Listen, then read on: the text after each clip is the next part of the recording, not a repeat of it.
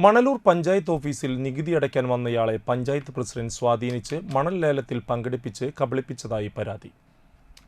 മണലൂർ 2-ാം വാർഡിലെ പച്ചാപ്പുള്ളി നാരായണനാണ് പരാതിയുമായി രംഗത്ത് വന്നിട്ടുള്ളത്.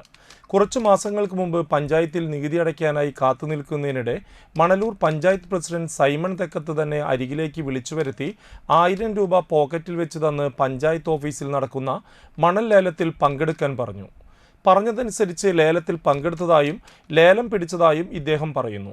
തുടർന്ന് കുറച്ചു നാളുകൾക്ക് ശേഷം ലേലത്തിൻ്റെ കാര്യങ്ങൾ അറിയുന്നതിനായി പഞ്ചായത്ത് പ്രസിഡന്റിൻ്റെ വീട്ടിൽ ചെന്നപ്പോൾ 500 രൂപ കൂടി നൽകുകയും തന്നെ മദ്യപിക്കാൻ ക്ഷണിച്ചതായും നാരായണൻ ആരോപിച്ചു.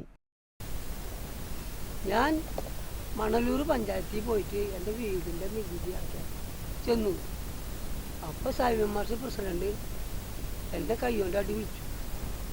അങ്ങനെ അവിടെ ചെന്നു. എനിക്ക് എന്താണെന്ന് സംഭവം അറിയില്ല. എന്നെ വിളിച്ച് ഒരു 1000 രൂപ എൻ്റെ കയ്യിൽ തന്നപ്പോൾ ഞാൻ മോളിൽ പോകാൻ പറഞ്ഞുകൊണ്ട് മോളിൽ പോയപ്പോൾ അവിടെ ഒരു 10-40 ആൾക്കാരുണ്ട്.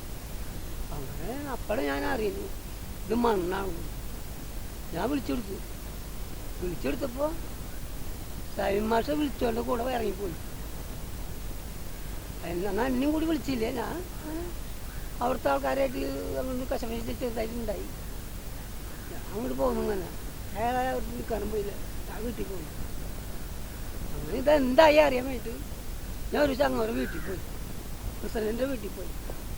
മണ്ണെടുത്തോ ഇല്ലയെന്ന് പറഞ്ഞു. പഞ്ചായത്ത് പ്രസിഡന്റ് ഒരു പദവിയിലിരിക്കുന്ന ആള് എന്നെങ്ങനെ കൊടുക്കാൻ പാടില്ല കാര്യങ്ങൾ പറഞ്ഞു. എന്നോട് പറയാണ്ട് എന്നെ കുടിക്കിട്ടു. ഇങ്ങനെ കാര്യങ്ങൾ നടത്തുന്നത് ശരിയാണോ?